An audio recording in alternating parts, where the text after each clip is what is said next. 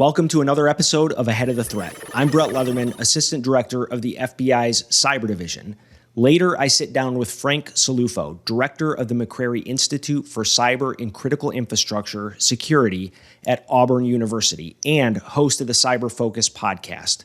Frank has spent his career on a question I keep coming back to, which is, how do you make cyber aggression cost enough to change an adversary's behavior?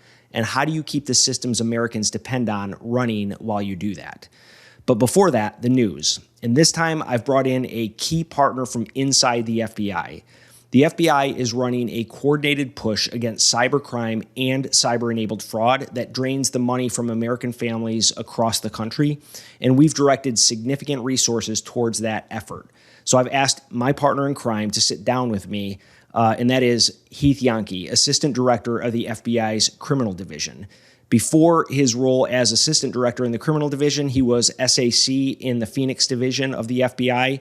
And prior to that, he was a Section Chief of the Cyber Criminal Operations Section out of Cyber Division, the team at headquarters that goes after cybercrime every day.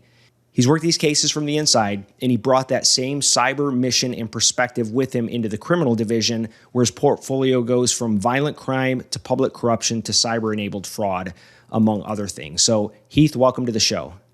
Hey, thanks, Brett. It's an honor to be here. I've watched the podcast since the very first episode back when I was in the Cyber Division with you all, and to finally get to be on here this is great. So thanks for having me. Well, it's a good opportunity for you and I to talk through Operation Riptide, which is a campaign that we launched on June 9th. It runs the gamut from Cyber Division at headquarters, Criminal Division at headquarters, to all 56 field offices, and even globally leveraging our cyber legal attachés from around the world to work with international partners to impose cost on both cyber criminals and cyber-enabled fraudsters. So both our teams are working this. It really puts into action the priorities that the president set out in the executive order on cybercrime and fraud and in President Trump's cyber strategy for America. So from your perspective, as we started to talk about this, why now? In addition to the president's strategy, in addition to the EO that we talked about, why was now the right time to engage in Operation Riptide and to pull our resources together to combat this pervasive threat? Yeah, as I look across this, I think we need to frame it, first of all, when we're talking about fraud, cyber-enabled fraud, and the cyber criminal actors. And the one thing we use constantly is the IC3 report. So we encourage all victims to go to IC3 and report their crimes to the FBI or being a victim of a crime. And when we look at the 2025 report that was put out in March, we saw that over $21 billion in loss had been reported to the FBI. And that was more than 1 million complaints. So we saw a 26% increase from 2024, both in those reporting and the amount of the loss. So one, we see that drastic increase. Two, the other part when we look at that is we can break that down into cyber-enabled fraud. And of the 21 billion, 17.7 billion was cyber-enabled fraud. So what we are seeing is the criminal actors, the ability for them to scale and to move quickly has increased dramatically, which is leading to more Americans being fleeced every day of their life savings. And the ability for us now to come together as the whole of government under this executive order to do something more to target the actual criminal enterprises that are behind this. So it's the first time through this executive order of everyone brings their tools and their different techniques and their expertise to put together one joint mission with the U.S. government and working with private sector to target them. So that is the numbers in itself. I think, Brett, you and I, we use data every day. We've got to make what our priorities are and then how we're going to use budgets and our resources to address them. Using this data from IC3 just shows this continues to escalate. And what we know behind every one of those million complaints, there's a real victim. This is our grandparents. This is a teenager that is being financially motivated sextortion going on, that every one of those million complaints is someone going through a very horrible situation in their life. So that's why this is so important for us to stop the fleecing of Americans and stop these transnational criminal organizations that are doing this. And we know it's gotten easier and easier with the prevalence of emerging technology for actors to be able to target individual Americans to fleece them of their life savings, but also to leverage ransomware and other cybercrime tools to extort companies out of significant money. And so one kind of theme that holds Operation Riptide together, it's kind of the slogan for Riptide, is no safe harbor. And we call it no safe harbor because it's important to demonstrate the work we do with our international partners overseas to really increase the ability to find the actors and hold them accountable wherever they sit. And so what does that mean for you when we talk about no safe harbor? This is an international problem. That's why we work not only with our Five Eyes partners, but across the globe. We have law enforcement attachés working, I think it's in over 180 countries, and developing those relationships within the countries so that we can share intelligence and better target these networks. So for us, it is putting that constant pressure of wherever these organizations are, that one, we're holding them accountable, but two, making sure they know that they are being watched no matter where they want to conduct these frauds in the world. So while most of these frauds may be done by transnational organized crime groups overseas, they know there's no safe harbor for them there too. We will come and work with our partners to hold them accountable. And we'll talk about this a little bit later, but no safe harbor applies to them as individuals, their criminal organizations, but also their money, their infrastructure, the tools that they use to target Americans. And so no safe harbor applies to anything we can reach within that criminal ecosystem that allows us to have an impact on the threat. During these 2 months that we're operating in this sustained campaign, we're really targeting all of that. And so the second story today is one of yours out of criminal division, and it's Operation Level Up. The idea is easy to say, but kind of hard to do, right? It's rather than meeting a victim after the money is gone or after a fraud has occurred, we endeavor to find the people while the fraud is still happening or before it happens and get to them first. It's on the prevention side of what we do. Tell our listeners what Level Up is and where it stands right now. Yeah, so we're really predominantly talking about the Southeast Asia scam centers that are doing romance and crypto investment frauds. That's the highest amount of fraud we see ongoing right now. So we've got 3 pillars we look across of a prevent, disrupt, and dismantle. And that is where the whole of government is focused right now. Under the prevent pillar, Operation Level Up is the most impactful that we've seen. So basically it is as we are seeing an ongoing crime happening with a victim, we go out and warn them and say, hey, this is happening. Please stop wiring this money, going out and investing in Bitcoin, ATMs, or kiosks and sending, because we believe you are a target of a fraud. So we've gone out, and this has started in 2024, but really during Riptide, we're putting even special emphasis on it over this next 60 days. But we've been out to over 9,900 victims and have warned them. And what we found is 77% of them were completely unaware that they were being targeted. And we've saved over $630 million. So by going out and doing this prevention, we've stopped them from sending over $630 million. The other devastating stat that I think about with Operation Level Up that we sometimes forget of, this has caused people to lose their entire life savings. They target our senior citizens for a number of reasons. That's a trusting community. They've had a life savings. They know it's there, often isolated, so they go after our senior citizens. And this has driven people to the point where they've wanted to take their own lives because they've lost everything and don't know what to do. By our agents and partners going out and doing these warnings, we've referred 97 victims to a critical suicide intervention services because we've found them in such desperation. So again, that shows the impact of what is going on. The other thing that we do with Level Up, not only warning, but we work with our private sector partners to take down the fraudulent investment platform domains.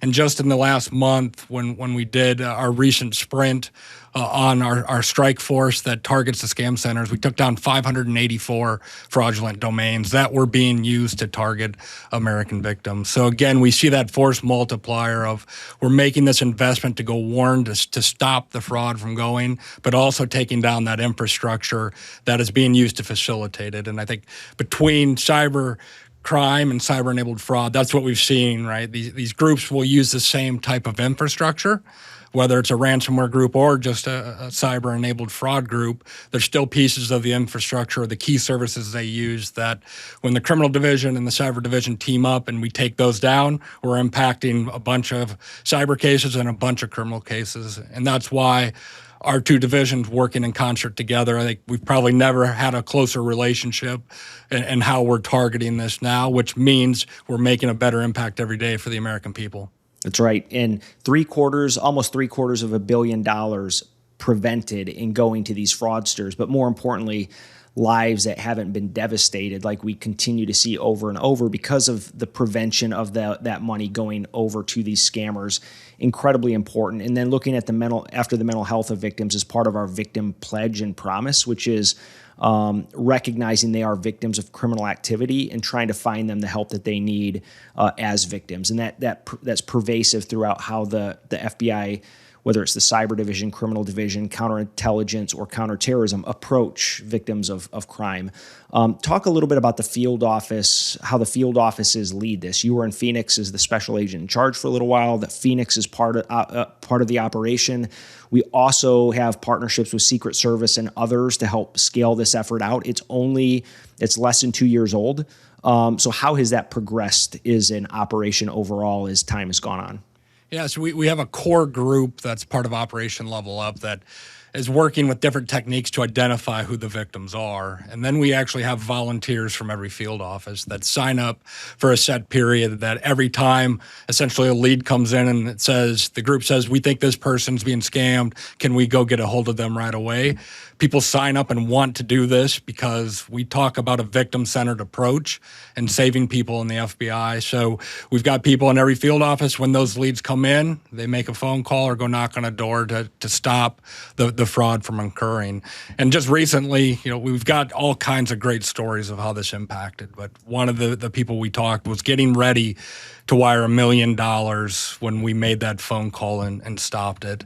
And we've got countless examples of those thank you to the FBI for letting me know this. I was just getting ready to do this, or I was getting ready to sell my house and wire these proceeds. So I just can't say enough good work of what the field offices are doing, and our partners. U.S. Secret Service has been with us from the beginning on this too, along with several private sector companies. But the work and dedication of going out to do this is just something we're proud of back here at headquarters. We talk about the IC3 reporting having gone up by 20% or so, and looking at that 20 billion number. That is significant, right? But that's probably well underreported. And so the number, that is people voluntarily going to IC3 and making a report. Again, probably underreported, which means the number is probably significantly higher and significantly more lives are being devastated as a result of this. And that's why I think the administration has made such a priority here on targeting the scam centers that are behind this. And we've increased some partnerships in some unique countries as well that maybe we haven't been quite as latched up with before on this stuff. So as we kind of move forward here, how do you anticipate the law enforcement attachés playing into this whole model of prevention and working with and holding scam centers and individuals accountable outside the U.S.? I mean, that's a key component because the scam centers are overseas. So the criminal organizations are putting them in places where they know it may be harder for us to reach to. So just give you an example, we've developed a relationship with the Royal Thai Police in Thailand, who has been actively working on helping assist and to dismantle the compounds that are over there and to stop it. This is even more trickier because these criminal organizations are employing human trafficking victims that are the ones actually conducting the fraud. So they're responding to a job notice where they think they are, and they end up being a labor traffic victim, which just shows the complexity of this, of those that are actually on the keyboards talking to the Americans to fleece them are victims themselves in a forced labor situation. So everything that we do here in the U.S. has to have that international component. And I only see that advancing because we're talking scam centers, but we still have the romance scams, the business email compromises, the tech support scams, all the things we've heard about for years aren't going down either. And even business email compromises, we thought that would probably go away. We would get those emails with misspellings. Now with AI and with voice cloning and all those things, it can actually sound like a phone call from the CEO saying to transfer this, or it actually, the email is perfect. So AI is allowing them to scale more quickly and to do these frauds at a greater scale, and just it looks like it's legitimate. So we're talking scam centers, but it's all throughout the world, and the West African, Nigerian scams, all those things that we've talked about for years and years aren't decreasing either. Yep. I think that's a great point. We're going to all continue to face a scaled threat environment. And so we've got to scale through those partnerships, international, domestic, private sector, to take the fight to the bad guys as much as we can. The Royal Thai Police, you mentioned them. During Operation Riptide, we were able to get a significant extradition from Thailand in the cybercrime program of an individual who allegedly conducted cyber attacks against the United States. So really, this has been a great operation so far. We're halfway through, and we're looking forward to hopefully more extraditions and more accountability to actors here in the near future. But that takes me to our third story, because you talked a little bit about the infrastructure and targeting the ecosystem itself as well. And this is a good example. On the first day Riptide was announced, we also announced the takedown of First VPN. It was an FBI-supported international takedown of First VPN, which had been running since approximately 2014. It allowed a variety of criminal groups to leverage anonymity, tools towards anonymity, to really hide where they were coming from, to conduct a variety of different frauds, ransomware attacks, and whatnot. So this effort, targeted servers across 27 countries that was run by this particular criminal group. It sold itself as complete privacy and anonymity for cyber criminals. In practice, it really was built for criminal use. At least 25 ransomware crews had used it to scope out targets and break into networks.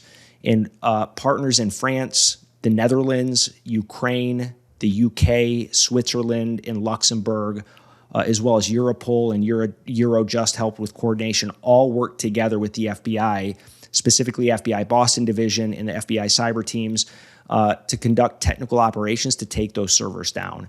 And what that does is across dozens, those dozens of ransomware groups that are using that service, amongst the scam centers who might be using it to hide where they're coming from, it removes that tool of anonymity. And so you were chief of cybercrime for the FBI. You saw a lot of these operations come through. And I sometimes hear from folks, you can't, if you don't get people into the United States to face justice, what are you really doing in the cyber program? Talk a little about your perspective on why these kinds of takedowns matter, these technical takedowns and operations, even when we might not get a bad guy in custody.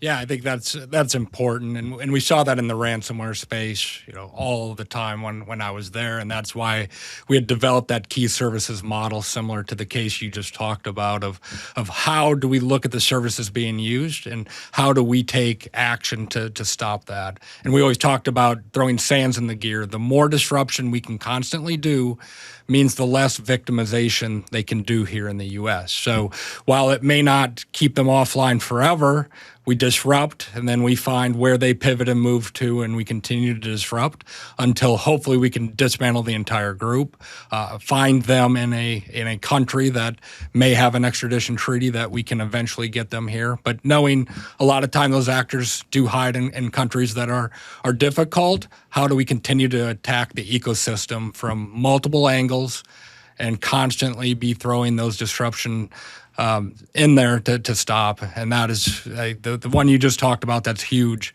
And that's where those international partners come again. And this isn't just the FBI doing these things and doing these takedowns and these disruptions. It's us, our domestic and our international partners. And when we come about this from all directions, that's when impact is made.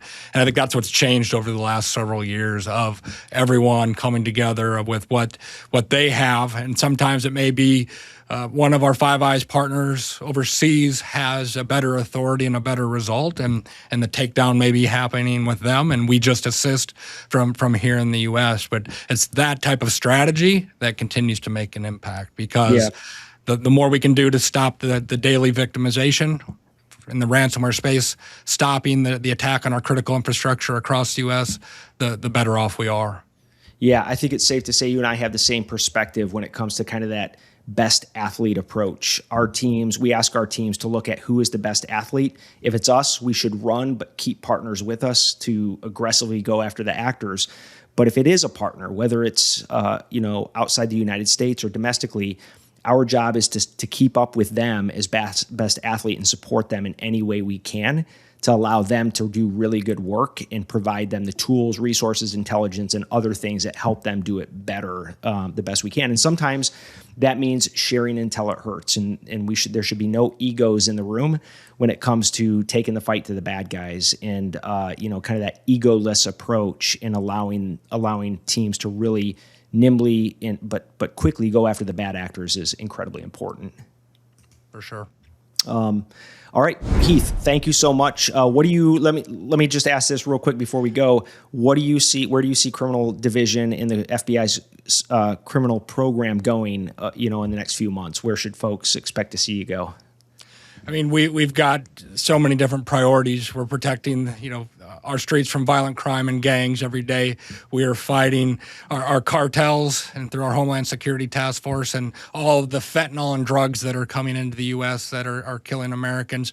We got the crimes against children mission and human trafficking mission, where we're saving kids, and then now with the priority on the frauds, and both the government fraud of those that are committing the healthcare fraud acts, and then all of the organized crime actors that are doing these scams. Like, it is all at once moving as a priority, but it just means our taxpayers are getting so much more out of us, along with our partners, to make this the safest place in the world, like we love that it is. Yeah, I often say the cyber division teams punch above their weight because, and you've seen it, there's so few relative to the adversaries we face. But the teams are dedicated and committed at headquarters across the field and globally, and having a front row seat to what criminal division is doing as well.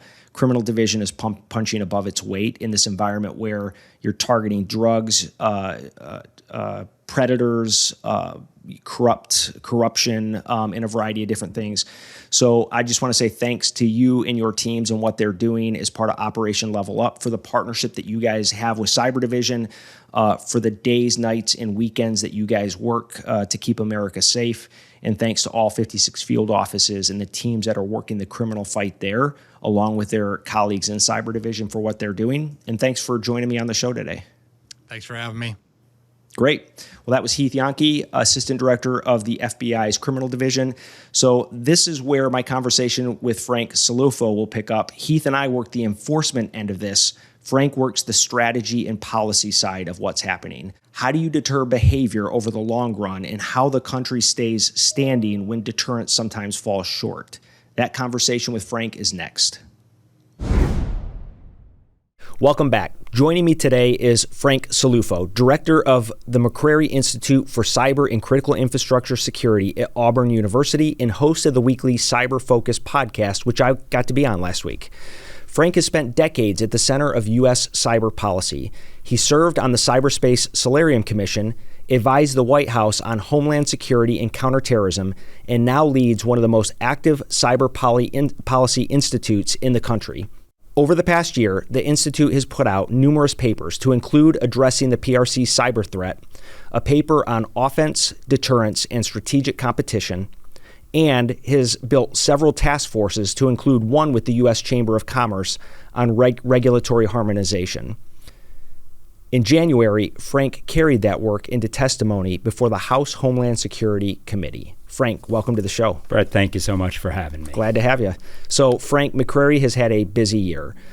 Before we get into any one piece, for the listeners who are less familiar with McCrary, can you tell us what it is? Sure. So I like to think of ourselves as a think and do tank, not simply admire problems, but be in the solutions business as well. The way to summarize it very briefly is in D.C. we do our policy work, which hopefully is left of boom. We try to shape and look at strategic approaches that we think the government, industry, and others should take and move forward.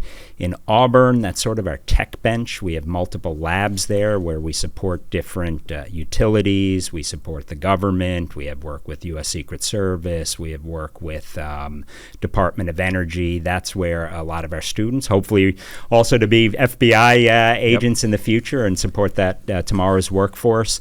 And then in Huntsville, we have a group that's a little more operations, where we focus largely on applied research. I have nothing against all the good work that's being done in terms of bench research, but we're focused on the here and now kinds of problems and want to be part of that solution set. So a lot have one of those pieces, very few have all of those pieces coming together. So. Yeah, we rely on McCrary a lot for kind of understanding the emerging policy picture, and that's why I'm so excited to have you on the show.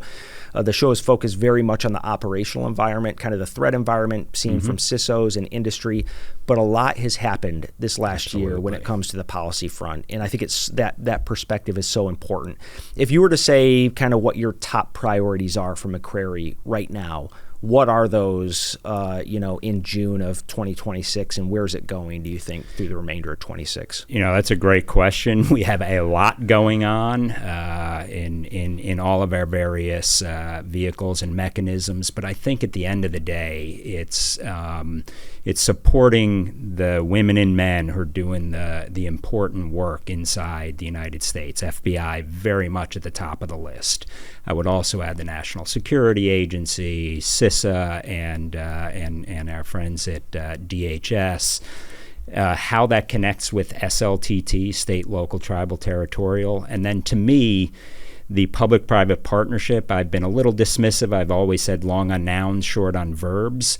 We're actually getting to the point where we're seeing operational collaboration, and that's where I think you're going to have the biggest breakthroughs, because quite honestly, they're on the front lines of this war for a while, and this is not aimed at any agency. We've been blaming victims. We've got to make sure that that we actually impose cost and consequence on the actual perpetrators and bring in our private sector to be part of the solution. So, not a very eloquent answer, but we've got a lot going on. China. Obviously, some of the activity and the lessons learned that we will see from Ukraine and the Russian invasion. These are all movies coming to a theater near you. We have an opportunity to not only support the Ukrainians, but also to learn from them, because don't think that that's not coming to a domestic environment in the future. And obviously, looking at some of the regulatory harmonization issues which you discussed. And then sort of package it all and hopefully advance the ball on some of these issues. That's great. We'll get into a few of those in particular. I love the industry piece. For us, we have to close the gaps when it comes to deterrence and disruption against the actors. And there are increasingly companies who are looking to do that, who have the ability, the visibility across their ecosystems, and the ability to conduct those disruptions. And the Bureau's been really good at that. Working with those, yeah. Note. Thank you. Exactly. Yeah, whether it's Microsoft when it comes to Lumacy 2 takedown, or working with Google on IP IDEA, or working with Lumen on some of the residential, in Comcast and others on some of the residential proxy providers. We really can scale our disruption operations when we leverage companies like that. And looking forward to seeing more of that. Good. You'll see more coming here to a theater near you soon. Awesome. So your December paper on offense, deterrence, and strategic competition, and then your January testimony in front of the House made the same argument. The U.S. has been historically reactive in a space that needs a more deliberate strategy. The Institute draws a clean line between deterrence by denial and deterrence by cost imposition. So from McCrary's position, where does the U.S. need to pivot when it comes to deterrence, and what does a more deliberate approach look like? That's a great question. That could be a 45-minute conversation, but I'll try to be brief, which is rare for me. I've never had an unspoken thought. But the way I would look at it is deterrence by denial and cost, they're part of the same coin. If you look at one and not the other, you're missing out on the opportunity to ultimately influence the behavior of our adversaries. Heretofore, I think we've been focused very much so, and for good reason, on deterrence by denial, making it harder for the adversary to have impact on their attacks and everything we can do to defend our systems. That we need to double down on those efforts, but in itself, that would be insufficient. We've got to actually become a little more proactive, where we ultimately get in the decision chain and calculus of our adversaries to recognize that, hey, there are going to be consequences for this behavior. That means sometimes it can be a diplomatic initiative, sometimes it can be an economic initiative, sometimes it can be a law enforcement initiative, sometimes, if need be, in last resort, it could be a military or intelligence initiative. Or a combination sometimes of each of those. I think it really is. That's the beauty of it. It has to be a combination of all of the above. We've almost treated cyber in isolation. It's mainstream. It's part of everything we do as an economy, as a country, as a national security community, and we need to start looking at it, I think, through that lens. Yeah, I think cyber effects to counter cyber effects are not, they're impactful, but they're not as impactful as when you pair a lot of that work together. I love the kind of distinction you guys draw between deterrence by denial and deterrence by cost imposition. Just this past winter, we did Operation Winter Shield. We got a lot of airtime on Ahead of the Threat, our podcast here that you're sitting on today. Absolutely. And we thought it was so important to share our perspective because we have room to grow on the defensive side. We need to raise that collective resilience in order to defend critical infrastructure and everything else. By the time this podcast launches, we will have announced the initiation of Operation Riptide, which is the imposition of cost against the actor side. Our goal is to defend the United States through, providing threat intelligence on defensive action, but really imposing costs. We've got to continue to scale our effort to do that, and that's really aligned with the president's cyber strategy. So it's taking the fight to the bad actors, and we call the slogan for this one is "No Safe Harbor." Boom. Which means it doesn't matter where you are in the globe. Our goal is to reach out and grab you or impose cost in some way, shape, or form to deter you. So is there an area where you see more value in one side of the equation or the other, or do you kind of see that as an equal opportunity for all of us? I have been a big advocate that we need to lean forward. We're never going to firewall our way out of this problem alone. But if you do move in that direction, the importance of defense goes up too, because obviously we're dealing with thinking predators here, and they base their actions on our actions in part. So I think they're not mutually exclusive. I think they're mutually reinforcing. But at the end of the day, we do need to impose cost. I want them, if not dissuaded or even compellence if need be, but I want them looking over their shoulder, where in a military setting it's sort of like suppressive fire. You may not always stop everything, but if they're looking over their shoulder, they're not planning attacks as much. So, and they're thinking twice about some of those attacks. And they're thinking twice, and if they do, there will be consequences. And I think there have been some good success stories, but I think we have to scale that. Yeah, being more intentional, you have previously said that we need to shift from reactive and episodic responses to a more durable posture. What does that look like? So in a way, we've ceded our strategy to the adversary. If you think about it, we're looking through rear view mirrors. Someone does something to us, we fix that. We focus on that actor. We've given them the initiative. We need to get to the point where we're shaping that in our best interests. And I think the national strategy laid out a really good roadmap in terms of its 6 pillars to get to that. I think law enforcement plays a critical role in all of that. But to me, this is an always-on environment.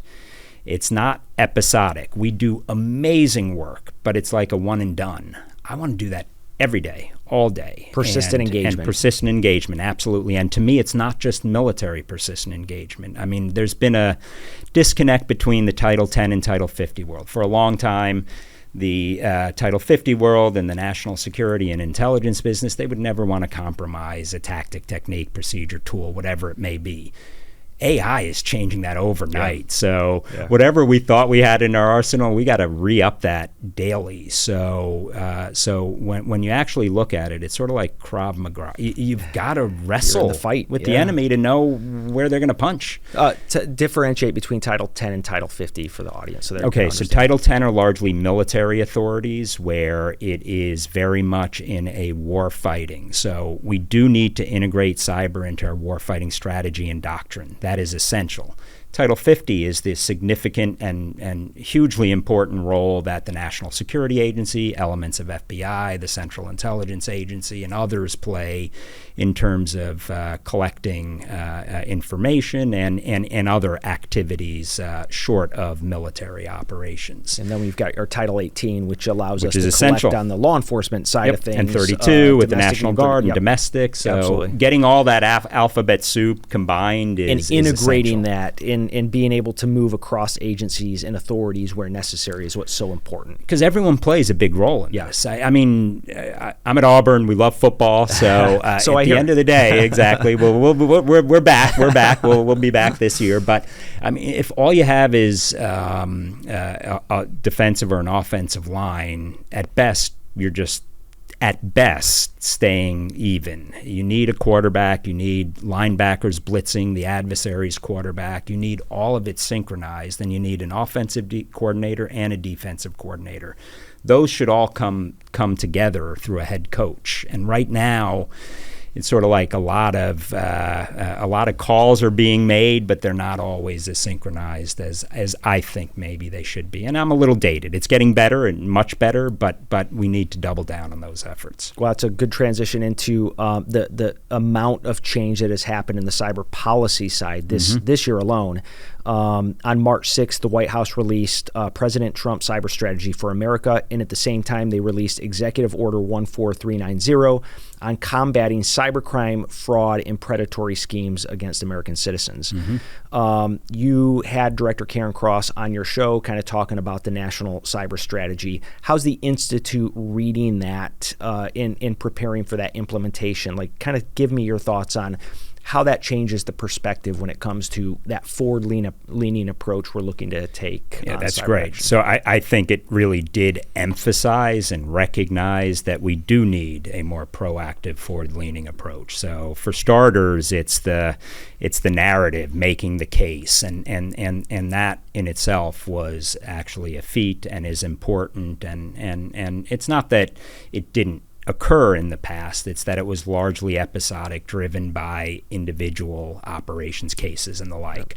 So I think there is recognition we need to be leaning in that direction. Secondly, a policy promulgation and it's always in the implementation that it matters. And just like the announcement you made momentarily ago with Operation Riptide, these are the sorts of things that will change the calculus. It'll put thoughts in the adversary, and most importantly, it's going to stop blaming the companies who need to do more and actually the perpetrators. If you think of, like, let's talk the typhoons real quickly. Salt typhoon, catastrophic, but that's espionage. I'm shocked there's gambling going on in the casino. In a way, you can say hats off. That's not the right answer because it pisses me off, but it is what it is. Flax typhoon, silk typhoon, with particular devices, but with Volt typhoon, I think a line was clearly crossed in the silicon. This was a red line. This had zero espionage value. This had zero value other than, and partially maybe letting us know that they're there as part of their calculus, to sort of like, as my friend Rob Joyce says, it's like strapping IEDs and digital IEDs onto our critical infrastructure, and that to me is unacceptable. That demanded a response. Yeah, and we did conduct counter Volt Typhoon activity, but that was a shift in posture by the PRC, moving what we had traditionally seen as intellectual property theft and competing with us, which is a national security issue because their economy is they're competing with us economically by stealing our intellectual property. But this was different in that it pre-placed that capability on critical infrastructure. in the event of some sort of military action. You guys released kind of Code Red, a paper that talked about this, which was really consequential. Can you get into a little bit of what you guys looked at in that paper? Yeah, what we wanted to do with this paper was everyone was confusing the various typhoons. Yep. Each one on their own is a really bad day. Yep. Collectively, it's the perfect storm. And I think that's the key with the paper is a lot of folks look at this and they say Flax Typhoon did this, Volt Typhoon did this, Salt Typhoon did this. You know, we tried to bucket it into espionage, intellectual property theft, pre-placement of capability. What you're saying is that we've got to look at this together, that Absolutely. in totality, it represents something potentially even more significant. Absolutely. It's a clear indicator of what the intentions and capabilities are. And yes, we do need to look at this holistically. And each one in itself, like I said, is significant. But collectively, it sort of raised, I think, what many of us intuitively knew and thought, and made it very blatantly, hey, we're here. And obviously with Volt Typhoon, if they have the potential to cause effects at a time of their choosing, that's not a good day, especially with Taiwan in 2027, 2030, and all these sorts of things out there. To think that the homeland is off-piste and not a target would be foolish. And talk about that. You mentioned 2027 and 2030. Kind of that's been a discussion that you have been having at McCrary with some of the folks there. Talk through what that means to you.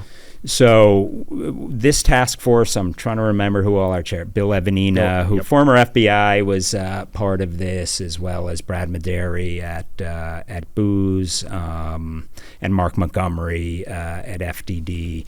So we're looking at sort of what could trigger in the event of a Chinese invasion of Taiwan.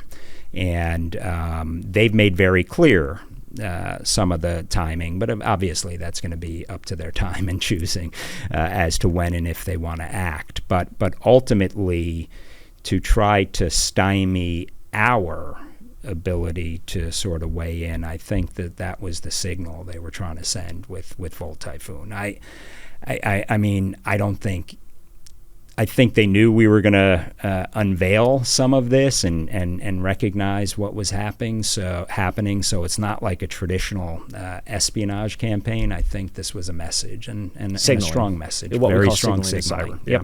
Okay.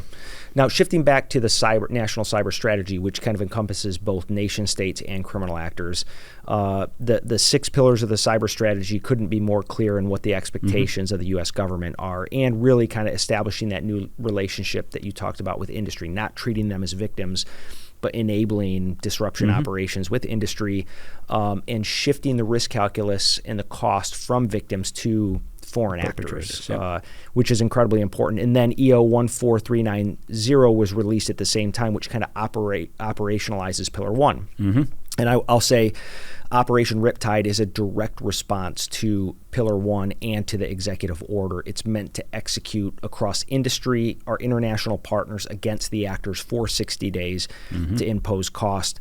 What's your kind of interpretation of where we need to go with Pillar 1 and the EO to be able to combat just this rampant targeting of U.S. critical infrastructure and industry by these foreign actors? You know, firstly, to make clear that it's unacceptable behavior. So sometimes it's not cutesy signaling. We've just got to be very plain-spoken, blunt, and demonstrate that there will be consequences. Secondly, it is to work with the broader interagency to be able to harness some of those capabilities, because everyone has an important role to play, but it's getting all of that moving in the same direction at the same time to have an outcome and an impact that you're hoping to achieve. Can't do this without industry. That's they're essential partners, and nor can we do this without our international allies.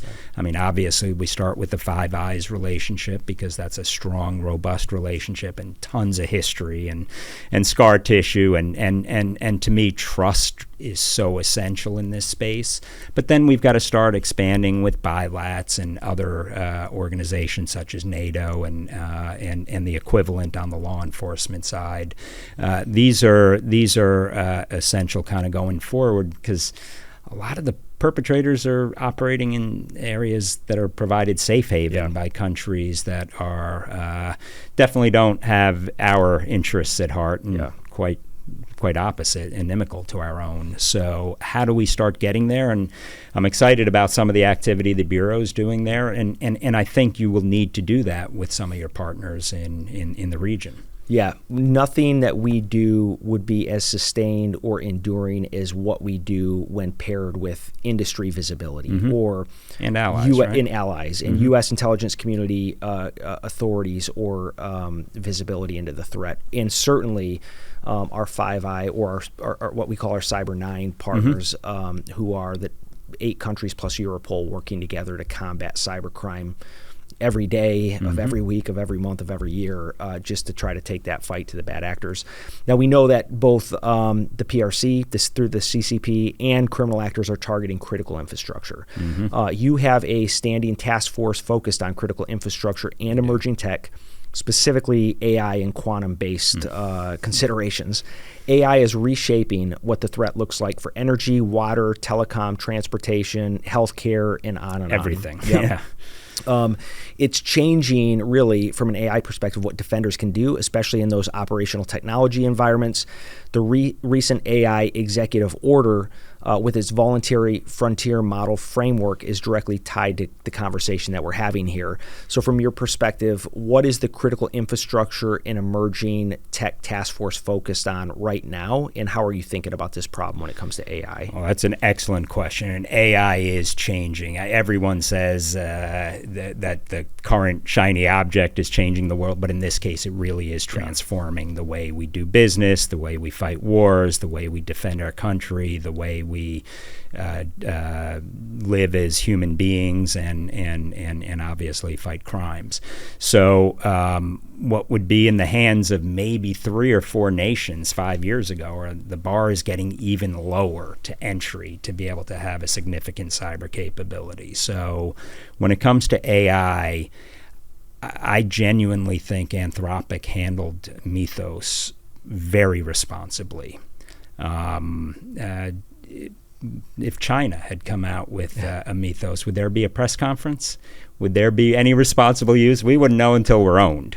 So the reality is how do you replicate that? That's hard. But I think that getting to the point where you have voluntary relationships between the frontier model companies, OpenAI, Anthropic, and others is a very smart way to go, because ultimately we got to get it into the hands of our defenders of our critical infrastructure that basically keep the lights on and our economy going. So I think in this case, everyone's interests aligned in the right way. I just hope we can sustain that. And to me, I think we had responsible actors here, but in the future, we're going to have to make sure that we, whenever the next model comes forward, they are literally coming up with, just today I released a podcast with Daniel Cruz at Palo Alto Networks, who is a partner at Glasswing, on the executive order. And what they saw in 3 to 7 years is being done in weeks. The KEV list, the known exploited vulnerability list that the government holds, CISA in particular, has about 1,500. That's just been quadrupled, if not more, overnight. So the reality is, and we like to call them 0 days if someone, but the unknown exploited vulnerabilities, those are popping up left, right, and center. And I think that the initiative in this space has always remained with the attacker, which is why I think we need to go forward as well and learn from that. But I also am very concerned about, obviously, our critical infrastructure owner-operators. So how do we make sure that we get it into their hands? So and Patch Tuesday, blow that up. That's not happening. It's patched by the hour. Patched by the minute. It's almost continuous patching is what we're looking at. Continuous vulnerability management, as opposed to a 30-day patch cycle, a 1-week patch cycle, which is historically it's got to be instantaneous. By the way, the Bureau needs access to future models, and they will. And I do think that's essential, as well as CISA in terms of the role that they're playing with some of their critical infrastructure owner operators. So I think right now it's the executive order struck a really delicate balance between innovation and security. That's so key. Here's the other thing. We can't cede that to China either. That's key. So if we've we got to cede innovate. Innovation, we give the bad guys a leg up. And so I love how the White House is focused on innovate, continue to innovate at speed, because that's a national security issue. Our private sector, the United States is what it is because of the innovation of the private sector. And we can't stifle that. And that's the position that the administration has taken. Continue to innovate, but let's work together to find ways to defend critical infrastructure. So if you're purely looking at it through a national security lens, the hope would be to try to stymie it. You can't. The genie's out of the bottle, and you're absolutely right. It's striking that right balance. I think it did find the right balance and calibrated it right. And I think, like any other executive order or presidential directive, implementation is going to be key. And you got to make sure you have the resources. Policy without resources is rhetoric. You want to make sure that you fund it as well. Your point is well taken, that Anthropic in this case was very responsible in coming out and saying, hey, this is going to cause problems, very significant problems, so let's pause on the release. OpenAI has also released their Trusted Defender, I can't remember the exact program, but where vetted defenders can get access to a model which reduces the guardrails in order to look at their own environment, where their vulnerabilities are. I think the frontier companies recognize where this is going, and they're being incredibly transparent and responsible. U.S. companies. That's a good point. In November, Anthropic released, a report talking about how PRC actors were able to utilize their commercial platform, their chatbot, basically, to conduct CNO and They were doing some signaling, maybe? Yes, maybe some signaling there. So transparency is key, and I think as long as we have these relationships with the providers, that is allows the government to understand risk and then convene and work with critical infrastructure owners and operators, key organizations that support the government and the defense industrial base, to start to get ahead of that. It's going to put us in a better position. Not a great position, but a better position, I think. And then we've got to get to this mindset where we can't just defend at human speed.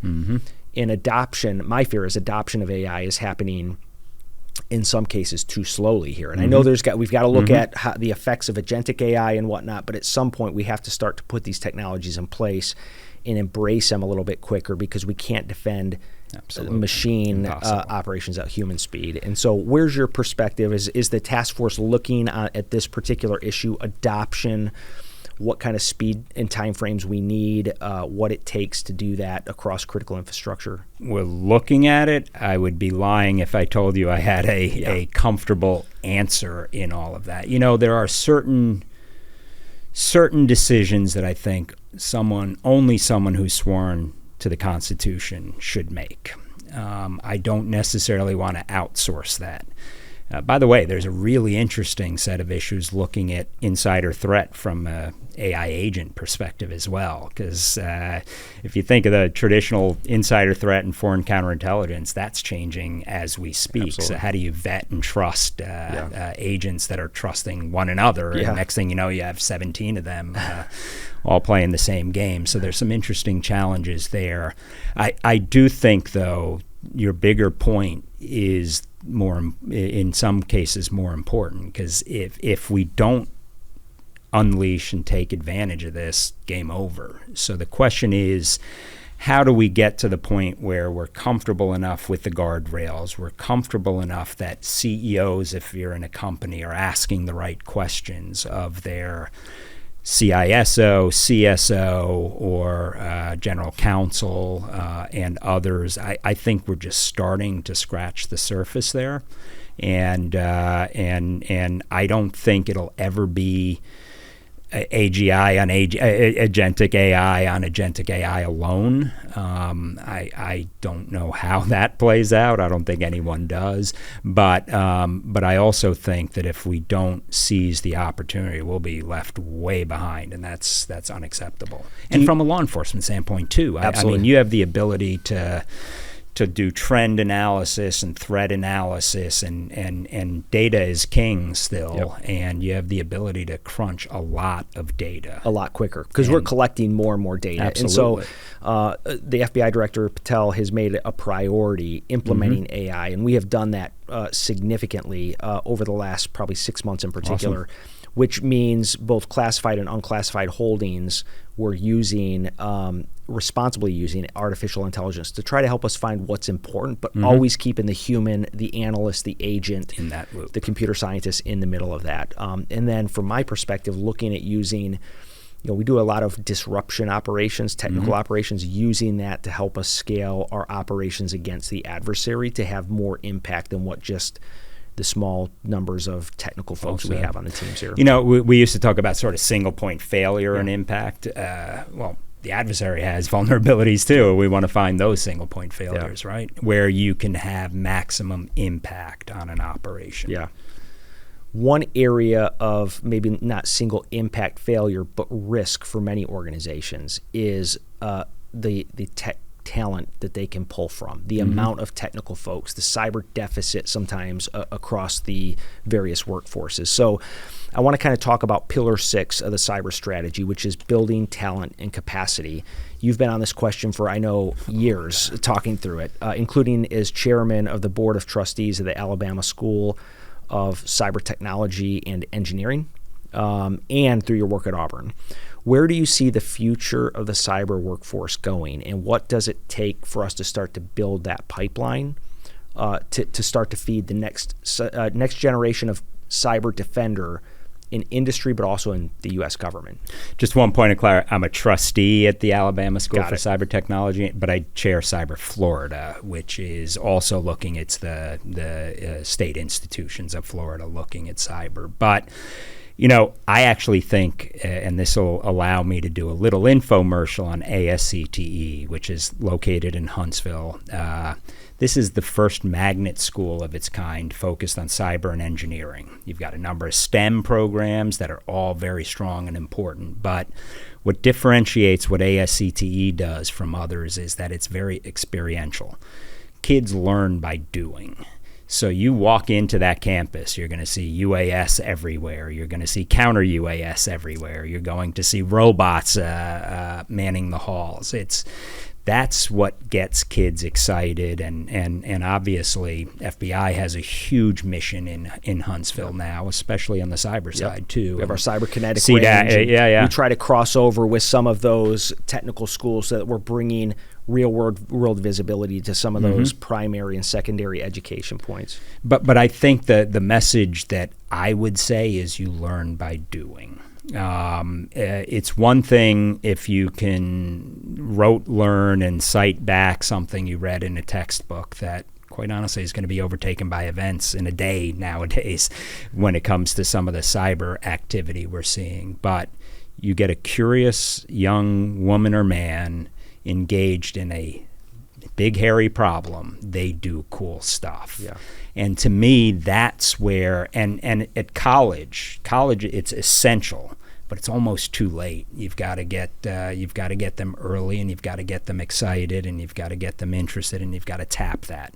And there are also opportunities for neurodiverse individuals whose society's left behind in some ways. They are playing key roles in this space. So net, I am very passionate about the workforce. If I were to tell you today, though, what the curricula and what the skill sets are, it's changing so fast that I think you have to do it by experience. You do, and it's starting at a young age, like you said, to get kids finding some sort of enjoyment in getting on a command line or finding out how to engage in like API access to satellite. It's exactly, cool. There's a cool factor. There's a lot of cool things that you can do, but it's getting those opportunities in front of these kids at a younger age, it sounds like there's some good opportunities. It's great. What they're doing, they're going gangbusters.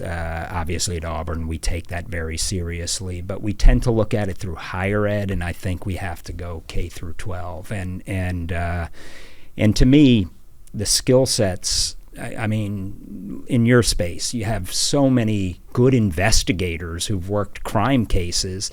They may not be cyber savants, but they're essential to what you're doing in the cyber division. And how do you blend all of that, and how do you actually focus it on an outcome? In the military, I don't want all computer geeks running. You need the operator mixing with those that actually understand the technology and are behind that green door and everything else. You got to mix it all together and hopefully make some magic. And I just underscore that the numbers game, those numbers look awful. Everyone's done a study in terms of workforce and talent gaps, but I would just argue we need to look at it a little differently. We need to give them hard problems. We need to let them focus on that and use their creativity, because they're running faster than I ever will. That's right. Well, kind of looking forward now for McCrary, what's the next product or initiative that we should expect from the task forces, from you and your team? Where are you going from here? Well, firstly, I have a great team. I'm lucky. So not only my immediate team, I've got some real rock stars. We're also able to lean on a cohort of senior fellows who are some of the best in the business, most of whom have had many, many, many years of public service, who are taking another job, but they scratch they're all public servants at heart. So they want to contribute to some of our work. So the next task force report we have coming out, and that's this month, is one we're doing with the U.S. Chamber of Commerce, looking at regulatory harmonization. So here, it's to sort of get out of that compliance mindset, which matters. I can't say that at FBI, I guess, but when you have 1/3 to 50% of your time focused on filling out forms and not doing security, these are companies that are already strapped. So we're looking at how do you streamline that. How do you make CERCIA work? So you have some ruling opportunities that can sort of get rid of some of the weeds underneath, focus on a new one, do it right. So that is our next task force. The one after that is looking at some of our critical infrastructure, looking at AI. But I also want to leave with your audience, just because Dave Bowditch, who's one of my dear friends and a great FBI, former FBI executive leader, former leader, he is helping us lead an effort on looking at our offensive cyber and strategic competition to make sure we did not really zero in on the law enforcement component of that, because law enforcement is key to our deterrence posture. It's key to a more proactive posture, and not only at the federal level, but also getting our state, local, tribal, territorial LE as part of this solution. I worked for President Bush after 9/11. Trying to work with our first preventers and responders was a huge challenge after 9/11. But we need to make sure that they're part of that solution set, because still to this day, they're first on scene, last to leave, and they know their local communities. So how do we pull them into the fold even more so? And I'm really excited about that work. So because I genuinely believe we're never going to simply shoot our way out of this, arrest our way, but they have to be part of that solution, because it's bringing all these pieces together to make some hay. And like we said earlier, I think looking at that law enforcement piece is important. Essential. We are looking at not just being able to deter actors through arrests, in indictments and extraditions, but we're also looking to reach portions of their ecosystem where we can't get them back here to the U.S. So seizing their cryptocurrency, denying them the funds and the monetization of that activity, sanctioning them is a financial implication that Treasury can levy, rewards for justice through the Department of State. It is really bringing a variety of things together. The law enforcement component is one important piece of that. So I'm looking forward to the FBI's opportunity. I hope to participate in that working group. You always an open invitation, and dare I say, it really is bringing all of those pieces together, because we are amazing when we go after something happens to us. I'm telling you, we're getting you. It may take some time, but we're getting you. But what does that look like in the steady state, where we don't have one objective, but we do focus on cyber and cyber investigations and criminal organizations and TCOs and nation states and their proxies? If we put all those pieces together, we'll not only put a dent in it, we'll actually shape and influence the bad actors' behavior. And I think the Bureau is moving in that direction. I think the government recognizes we've got to recalibrate our approach. Easier said than done, I get it.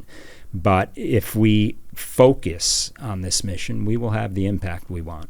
That's a great way to end the substance of our conversation. But my version of your standard close from your podcast, what should I have asked you about the policy conversation in what it actually needs, I guess, that I didn't ask you today? The only thing I'll bring up here is we've got to ask the right questions. So this is not meant to be provocative. I do care who wins the cyber war, but I care more about who wins the war and how cyber is part of that solution. So firstly, asking the right questions. Secondly, supply chain is a big issue. I just came back from the Paris Cyber Summit, and FBI was well represented and very thoughtful in the conversation. So your colleagues crushed it. But there is this moral equivalency argument that just bugs me in terms of tech stacks, comparing the U.S. to China. And to me, that's just ideologically bankrupt, if you think about it for a few minutes. But that is the discussion some people are having. So what's in your supply chain from a hardware, firmware, software perspective is we need more visibility into that. And that's where I think there's also some opportunity to make change. Yeah, that's outstanding. That's the supply chain component is key, and the decisions folks make on those supply chains now are going to stick with them for years and decades to come, and that's why it's so important. And it has consequences. And it has consequences. So Frank, thank you for joining us. Frank Cilluffo is the director of McCrary Institute and, of course, host of the weekly Cyber Focus podcast. Would encourage you to check that out. Also check out the episode I had a chance to join Frank on. So Frank, thanks for joining us. Brett, thank you for what you do every day. Thank you for the women and men you lead, and thank you for making America more safe. So thank you. And thanks to everybody at McCrary for what you do to help provoke these conversations that are so important for all of us to have across industry, policy, law enforcement, military, intelligence community, and beyond. Well said. Thank you. So to our listeners, thank you for tuning in. Brett Leatherman, Assistant Director for the FBI Cyber Division. I mentioned today Operation Riptide. You can check out Operation Riptide and more at fbi.gov/cyber. You can also check out the FBI socials to learn more as well. It's an incredibly important initiative, and we need industry, our international partners, and everybody joining together over the next 60 days to implement the national cyber strategy and imposing cost on malicious cyber actors. Until next time, let's stay ahead of the threat. Thank you.